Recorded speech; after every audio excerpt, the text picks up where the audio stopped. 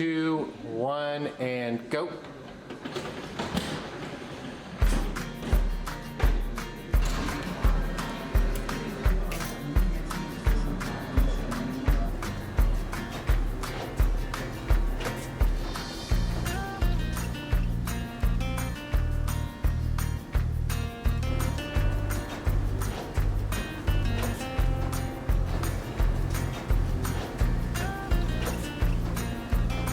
I love film and I love just the opportunities it's given me.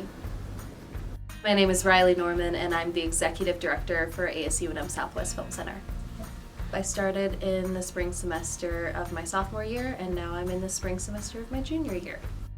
Southwest Film Center was started in 1967. We became a part of the student government in around the late 80s, 90s, and we've been there since then. And this is our newest office. We have like weekend screenings of films, art house films, so weird stuff. I started college in the pandemic. Nothing was really open. There were screenings in the sub theater, but it was still strange. Nobody went to them really. I think I went to one screening of The Blob. I went to The Blob. It was just strange. There was no concessions, no anything, so it was all pretty tight-knit. So with The Blob, I experienced how it was like barely any attendance. There were probably 2 of us there. And the theater manager. He was running screenings by himself pretty much. Very limited, no concessions, barely any merch. We didn't have very much money to do things either because our budget had been cut a lot. So they cut our budget in half that year, from 60 grand to 30 grand. Last year, they cut it in half again. We entered this school year with $15,000 to run the theater. There were talks of cutting Southwest Film Center from ASU&M and from as a student org itself. The people at the time didn't really see the use of a film center within the student government or within the student body, really. And so it seemed like Southwest Film Center was dying. It's a feeling of mistrust. I'm not wanted here, I'm not needed here.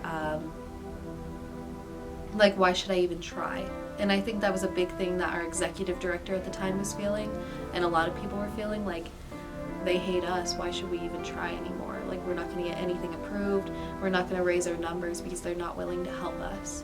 But that's not the feeling now at all. We've packed the theater more than once for our screenings. With the limited budget that we started out with this year, we couldn't really show screenings every weekend. We switched to every other weekend for screenings, so cut down from 24 to 16 or whatever. That helped us a lot. And then we moved Cherry Reel from the fall semester to the spring semester so that students had more time to create films for it. We made those changes and that helped grow a lot of things, as well as prioritizing what we spend money on and what's going to benefit the students the most. Main portion of our money goes to media rentals.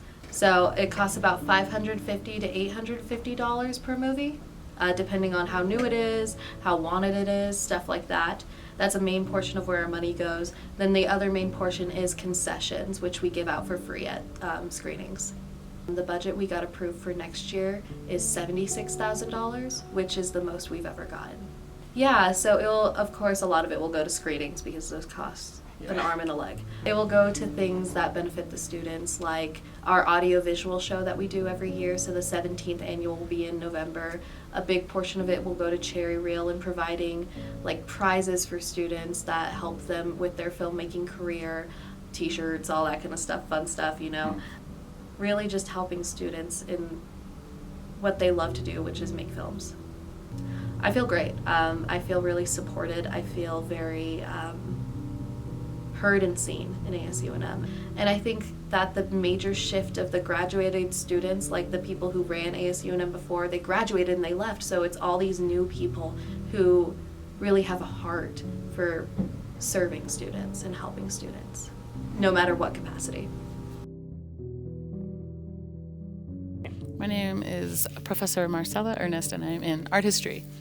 A lot of what we're talking about in Native feminism and art making is about space, right? Creating space for community.